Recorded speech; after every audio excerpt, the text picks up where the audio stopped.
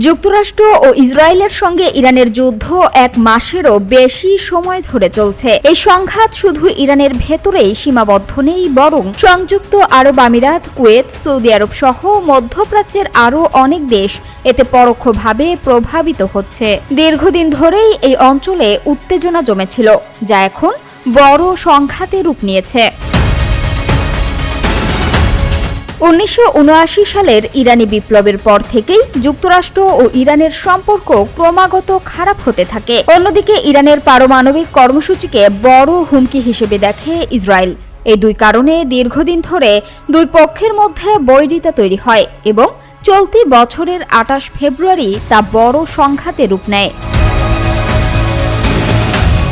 সেদিন যুক্তরাষ্ট্র ও ইসরায়েল যৌথভাবে ইরানের পারমাণবিক স্থাপনা, ক্ষেপণাস্ত্র ঘাঁটি এবং গুরুত্বপূর্ণ ব্যক্তিদের লক্ষ্য করে ব্যাপক বিমান হামলা চালায়। এই হামলার পর পরিস্থিতি দ্রুত নিয়ন্ত্রণের বাইরে চলে যায় এবং সংঘাত আরও তীব্র আকার ধারণ করে বলে দাবি করা হয়, যার ফলে আঞ্চলিক নিরাপত্তা পরিস্থিতি ব্যাপকভাবে নড়বড়ে হয়ে পড়ে।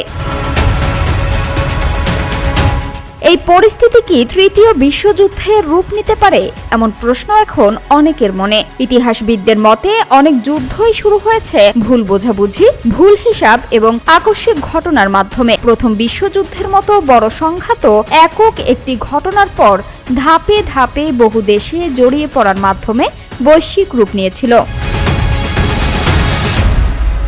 বিশেষজ্ঞরা মনে করেন, বর্তমান সংঘাতেও যদি হরমুজ প্রণালীর মতো গুরুত্বপূর্ণ রুটে হামলা বা বড় শক্তিগুলোর সরাসরি হস্তক্ষেপ ঘটে, তাহলে পরিস্থিতি আরও জটিল হতে পারে। তবে অনেক বিশ্লেষকের মতে কূটনীতি আলোচনার মাধ্যমে সমঝোতা এবং উত্তেজনা কমানোর উদ্যোগই এই সংঘাতকে বড় যুদ্ধে রূপ নেওয়া থেকে থামাতে পারে। সামিয়া সুলতানা, ঢাকা ওয়াচ। Thank